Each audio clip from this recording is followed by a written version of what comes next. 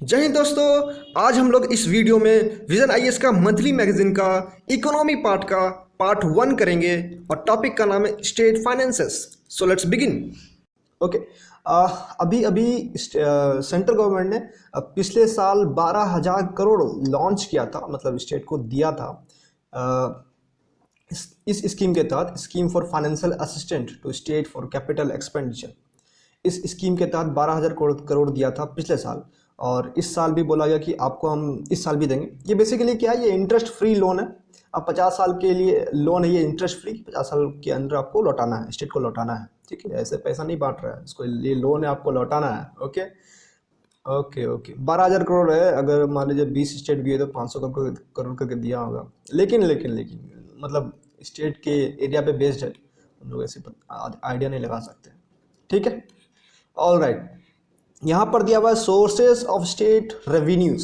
देखिए 3 तरह के सोर्स होते हैं, tax revenue, non tax revenue और grants from union and government. देखिए इसमें अच्छे से दिया हुआ नहीं है। ठीक है, लक्ष्मीकांत ने बहुत अच्छे से दिया हुआ है, जो सेंटर एंड स्टेट रिलेशंस का चैप्टर है, 14th चैप्टर, उसमें तीनों रिलेशंस दिया हुआ है, एडमिनिस्ट्रेटिव रिलेशंस, लेजिस्लेटिव रिलेशंस और फाइनेंशियल रिलेशंस। फाइनेंशियल रिलेशंस का ये पूरा पार्ट कवर किया हुआ है, वहाँ पे बहुत अच्छे से कवर किया हुआ। यहाँ पर बहुत अच्छे से नहीं दिया हुआ, जैसे ग्रांट्स फ्रॉम यूनियन गवर्नमेंट। ठीक है, वहाँ पर दिया हुआ स्टेटरी ग्रांट्स, स्टेटरी ग्रांट्स और क्या था यार, डिस्क्रिशनरी ग्रांट्स, आर्टिकल 275 और 282 में था शायद। ठीक है, 280, एक सेकेंड में देख लेता हूँ। देखिए यहाँ पर दिया हुआ स्टेटूटरी ग्रांट्स और डिस्क्रिशनरी ग्रांट्स 275 और 282 में है ये, तो इसमें दिया हुआ है। अब आप इसको पढ़ लेगा तो आपको समझ में आ जाएगा। और लक्ष्मीकांत तो पढ़ना मैंडेटरी है भाई, अगर आप नहीं पढ़े हो तो पढ़ लो यार उसको। ठीक है, और देखिए नॉन टैक्स रेवेन्यू में यहाँ दिया हुआ है सेंटर के पास क्या क्या जाता है। करेंसी जाता है, ब्रॉडकास्टिंग और टेलीग्राफ्स, रेलवेज, ये सब जाता है सेंटर के पास, जो भी इससे कमाई होता है ये सब चीज़ें से। और स्टेट के पास जाता है इरीगेशन, फॉरेस्ट, फिशरीज, ये सब वगैरह स्टेट के पास जाता है। ठीक है, और अब यदि टैक्स रेवेन्यू में, टैक्स रेवेन्यू में देखिए यहाँ पर दो दो चीज़ दिया हुआ है, फिर यहाँ पर कुछ दिया हुआ है। आप ये सब याद नहीं कर पाइएगा, लिख नहीं पाइएगा, लेकिन अगर आप इसको लिख दीजिएगा ना, ये रहा,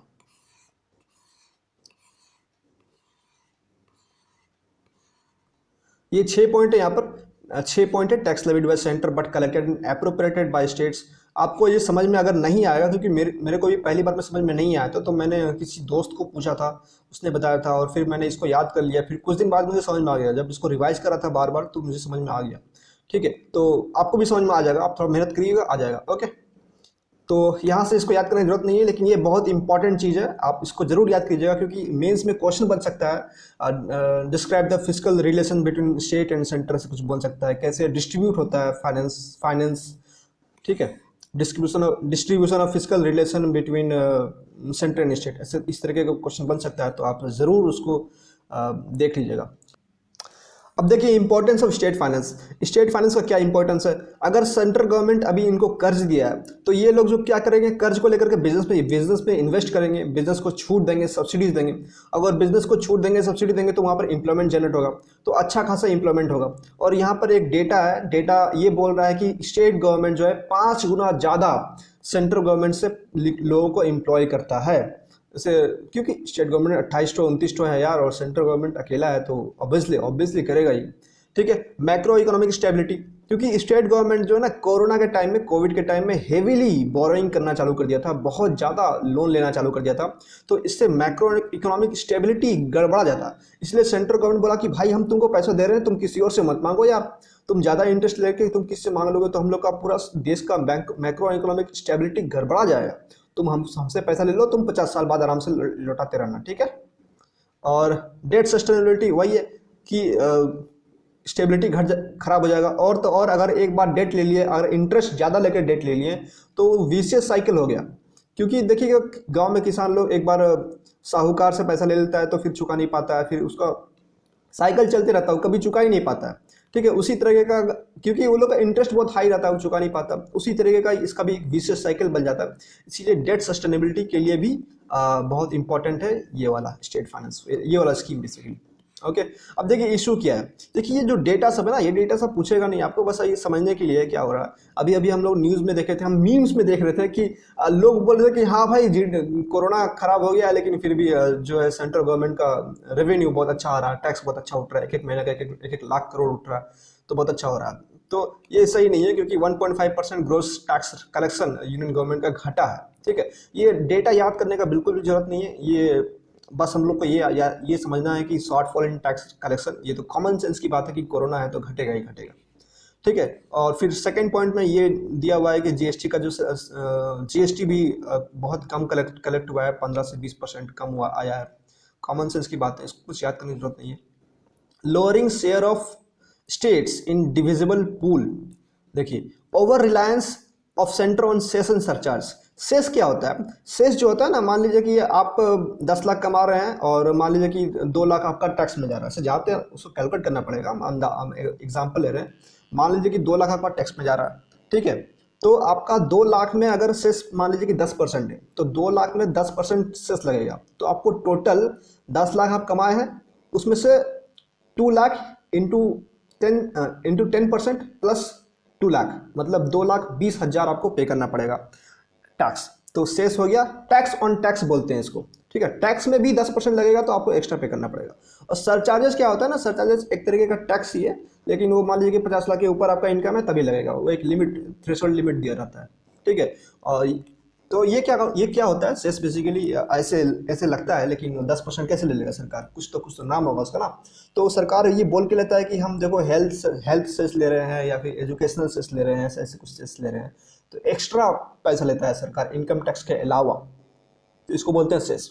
तो सेस में भी आजकल ये घट गया है, बेसिकली इसका भी कलेक्शन घटा है। ठीक है, और बेसिकली ये सेस जो होता है ना, सिर्फ और सिर्फ सेंटर के पास जाता है, स्टेट के पास इसका कुछ नहीं जाता। वो जो ऊपर में जो डायग्राम था, ऊपर में जो पूरा बड़ा सा चार्ट था टैक्स वाला, उसमें जब हम बोले थे कि लक्ष्मीकांत से देखने के लिए, ये लक्ष्मीकांत से, इसको आप पढ़ोगे ना 6 का 6, तो आपको समझ में आएगा कैसे कैसे स्टेट में और सेंटर में पैसा बढ़ता है, आपका पूरा अच्छे तरीके से क्लियर हो जाएगा। ये वाला जरूर पढ़ना, 14th चैप्टर में है, आई रिपीट 14th चैप्टर में है फिजिकल रिलेशंस, जरूर पढ़ना, अपना सिलेबस में भी है वो। ठीक है, इंक्रीज रिलायंस ऑन बोरोइंग, देखिए अभी स्टेट के पास पैसा नहीं है, कलेक्शन नहीं हो रहा टैक्स का, तो ये लोग जो है लोन ले रहे हैं, क्योंकि उनको लगता है कि कोरोना खत्म होगा तो अपना अपना कंट्री जंप मारेगा, इकोनॉमी जंप मारेगा और वापस हम लोग लोन चुका देंगे, इसीलिए लोग बहुत ज़्यादा लोन लेना चालू कर दिए। ठीक है, हम लोग को कुछ ये डेटा बिल्कुल भी याद नहीं रखना है, क्योंकि हम लोग सारा डेटा याद नहीं रख सकते हैं, वी आर नॉट रोबोट। ठीक है, हम लोग बस ये याद रख सकते हैं कि रिजर्व बैंक बोला था कि पब्लिक डेट जो है 2014 से लगातार बढ़ रहा है, ये याद कर सकते हैं, ये आसान है। ठीक है, 2014 से लगातार बढ़ रहा है, ये हम लोग अंदाज लगा सकते हैं, हाँ भाई ठीक है बढ़ रहा है, लेकिन ये 20%, ये कभी कभी 45-30, इतना याद नहीं रहेगा यार। ठीक है, हम लोग को रोबोट नहीं है अपन। ठीक है, populism, political class is tendency towards expansionary physical policy. Political class जो होते हैं ना, पॉलिटिकल पार्टीज जो होती हैं, पॉलिटिशियंस जो होते हैं, वो लोग जनरली लेफ्ट होते हैं, वो लोग बोलते हैं कि अभी हम लोग फार्मर्स को लोन वेव कर देंगे, माफ़ कर देंगे, तो उन लोग का वोट हमको मिल जाएगा। स्टेट इलेक्शंस होते रहते हैं, तो उसमें ऐसे ऐसे स्कीम्स सरकार लाते रहता है। अभी झारखंड गवर्नमेंट ने भी ऐसा स्कीम्स लाया था। मैं नहीं बोल रहा हूँ कि हमेशा ऐसा ही कारण होता है, अच्छे कारण भी होते हैं, अच्छे लोग भी बहुत सारे हैं हमारे पॉलिटिक्स में। तो वो लोग क्या करते हैं कि ऐसे एक्सपेंशनरी फिजिकल पॉलिसी लेके आते हैं कि लोन माफ़ कर देना या फिर सब्सिडी देना, इस तरह के एक्सपेंशनरी फिजिकल पॉलिसी लेके आते हैं कि जनता खुश हो, लेकिन पैसा आएगा कहाँ से, टैक्स तो कलेक्शन हो नहीं रहा है, तो वो लोग लोन लेते हैं इसके ऊपर से, तो उनको पैसा देते हैं, तो ये भी एक हानिकारक है, नुकसान हो रहा है जनरली इकोनॉमी को। ठीक है, deteriorating financial situation of discoms. More than 60% of the total outstanding guarantees given by the state government is for the power sector companies. हम लोग पिछले साल एक न्यूज़ में देखे थे कि 90,000 करोड़ सेंट्रल गवर्नमेंट ने ये पावर सेक्टर कंपनीज को दिया था। ठीक है, ये बहुत ज़्यादा नुकसान में जाता है। ये डिस्कॉम जो है ना, पावर सेक्टर कंपनीज होते हैं, बेसिकली स्टेट गवर्नमेंट के पावर सेक्टर कंपनीज होते हैं जो आपके घर में बिजली पहुंचाता है। तो ये लोग बहुत ज़्यादा लॉस में चल रहे हैं और ये लोग डेटोरेटिंग हो रहे हैं और भी ख़राब हो ही जा रहे हैं, और इन लोग को हम लोग लोन दे रहे हैं, देखिए 60% पैसा दे के रखे हैं, तो बहुत नुकसान हो रहा है। ये लोग को सुधारने का जरूरत है, और पैसा ये लोग को कम दो यार, सुधारो ये लोग को, कुछ करो, कुछ जुगाड़ निकालो ये लोग का। ठीक है। और देखिए शॉर्टफॉल इन जीएसटी कंपनसेशन, ये बहुत कॉमन सा चीज़ है। शॉर्टफॉल इन जीएसटी कंपनसेशन, हम लोग जीएसटी बिल्कुल नहीं मिल पा रहा है, मतलब बिल्कुल तो नहीं, मतलब कम मिल रहा है, पॉइंट ये है कम मिल रहा है। तो ये तो एक पॉइंट है ही, तो ऑब्वियस सा बात है। तो एक पॉइंट हो गया, 2 पॉइंट हो गया, 3 पॉइंट हो गया, 4 पॉइंट हो गया, अब 5 पॉइंट हो गया, और ये 6 पॉइंट हो गया। लेकिन ये उतना इंपॉर्टेंट पॉइंट नहीं है, ठीक है। तो 5 पॉइंट तो कम से कम हो ही गया अपना, ठीक है। 5 पॉइंट सफिशेंट है भाई, सफिशेंट है, ठीक है। अब देखिए steps taken to improve the state finance in the wake of कोविड-19, क्या क्या स्टेप्स लिया गया हम देखते हैं। रेज्ड बोरोइंग लिमिट, जो बोले थे स्टेट्स बोरो कर रहे हैं, तो हम लोग का ना FRBM एक्ट है। FRBM यहाँ पर लिखा हुआ है, देखिए, हाँ, FRBM एक्ट है, फिजिकल रिस्पॉन्सिबिलिटी इन बजट मैनेजमेंट, ये 2003 में लागू किया गया था। आप इसके बारे में पढ़ लेना, नोट्स बना लेना, कभी भी इसको अपन डाल सकते हैं। इस एक्ट के तहत ये बोला गया था कि कोई भी स्टेट या फिर सेंटर जो है ना 3% से ज़्यादा, जीडीपी का 3% से ज़्यादा लोन नहीं ले सकता है, ठीक है। तो इसको अभी बढ़ा करके 5% कर दिया कि ठीक है भाई, कोविड के टाइम में तुम ज़्यादा लोन ले लो, अभी खर्च कर लो, बाद में चुका देना, इसको नीचे कर देंगे, ठीक है।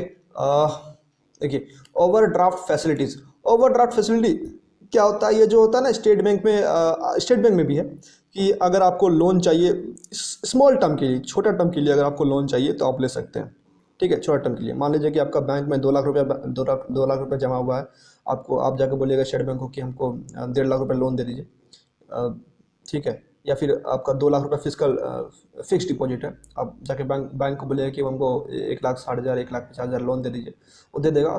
जो भी आपका फिक्स डिपॉजिट है उससे 1% या 2% ज़्यादा इंटरेस्ट नहीं लेगा, 1% तो 2% ज़्यादा आपसे इंटरेस्ट लेगा, ठीक है। आप बोलोगे कि करंट में रहेगा तो निकाल लेंगे डायरेक्ट, हाँ करंट में रहेगा तो निकाल लेंगे, लेकिन अगर फिक्स्ड डिपॉजिट रहा तो उसको निकालोगे तो तुमको नुकसान होगा ना बाद में, मतलब तोड़ दोगे फिक्स डिपॉजिट तो नुकसान होगा। इसलिए ओवरड्राफ्ट फैसिलिटीज आया है शॉर्ट टर्म प्रॉब्लम्स को सॉल्व करने के लिए, ठीक है। सॉफ्ट देखिए maximum number of days in OD in a quarter is being increase from 36 to 50 days. ये मेरे को समझने में दिक्कत हुआ था, मैं आपको समझाता हूँ ईजी करके। Maximum number of days in OD in a quarter is being increase from 36 to 50 days and the number of consecutive days of OD from 14 to 21 days। तो देखिए हम लोग का जो एक क्वार्टर होता है, एक क्वार्टर में कितना दिन होता है, 90 दिन होता है। तो 90 दिन में ये बोला गया कि एक क्वार्टर में 90 दिन में आप 36 से 50 दिन तक का लोन ले सकते हैं। कम तो ले ही सकते हैं, 10 दिन का ले लीजिए कोई बात नहीं, लेकिन 50 दिन उससे ज़्यादा लोन नहीं ले सकते हैं। मान लीजिए कि पहला दिन में लोन लिए तो 50वां दिन में पूरा आपका होते हुए आपको लोन वापस करना पड़ेगा, ठीक है। ये आपको पहला स्टेटमेंट से समझ में आता है, ठीक है। अब दूसरा स्टेटमेंट देखिए, दूसरा स्टेटमेंट ये बोल रहा है कि number of consecutive days of OD from 14 से 21, 14 दिन तक के लिए ही लोन ले सकते थे पहले। ये जो बोला ना मैंने 50 दिन तक के लिए लोन ले सकते हैं, लेकिन ये गलत है, गलत है। पहले जो है 14 दिन के लिए कॉन्सिक्यूटिवली लोन ले सकते हैं, मतलब आज लिए 14 दिन बाद आपको वापस करना था, ठीक है। 14 दिन के पहले आपको वापस करना था, लेकिन कोविड के कारण 14 दिन को बढ़ा करके 21 दिन कर दिया गया। तो 21 दिन तक आप लोन ले सकते हैं। आप बोलेंगे ये क्या है, तो ये जो है ना, आपको मान लीजिए कि 90 दिन में 3 बार 4 बार लोन ले सकते हैं। आपको एक बार में 21 दिन के अंदर आपको वापस करना ही करना है, ठीक है। लेकिन आप 21 दिन में वापस किए, फिर 22वां दिन या 23वां दिन फिर लोन ले लिए, ठीक है। तो इस तरीके से टोटल नंबर ऑफ डेज आपका 50 दिन हो सकता है, उसके ऊपर नहीं जाएगा। लेकिन एक साथ कंटिन्यूअस आप 21 दिन तक लोन ले सकते हैं। आई गेस समझ में आ गया होगा, समझ में नहीं आया हो तो आप इस पॉइंट को इग्नोर कर सकते हैं, so okay. Ways and means advance WMA limits of states have been enhanced. वही लिमिट को बढ़ा दिया गया, जो है ना 5%, 3% से 5% कर दिया गया, ठीक है। ये भी है, okay.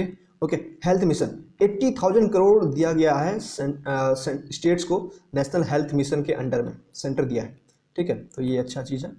Way forward to boost states financial management in long term के लिए क्या गया, ये सब तो शॉर्ट टर्म के लिए है, क्योंकि FRBM को बोला गया कि हल्का ठीक है तुमको छोटा थोड़ा सा बढ़ा देते हैं हम लिमिट इसका, तो शॉर्ट टर्म के लिए वापस इसको 3% में ला दिया जाएगा, ठीक है। लॉन्ग टर्म के लिए क्या बोला है, वे फॉरवर्ड में आएगा, ये सब सॉल्यूशन में आएगा, ठीक है।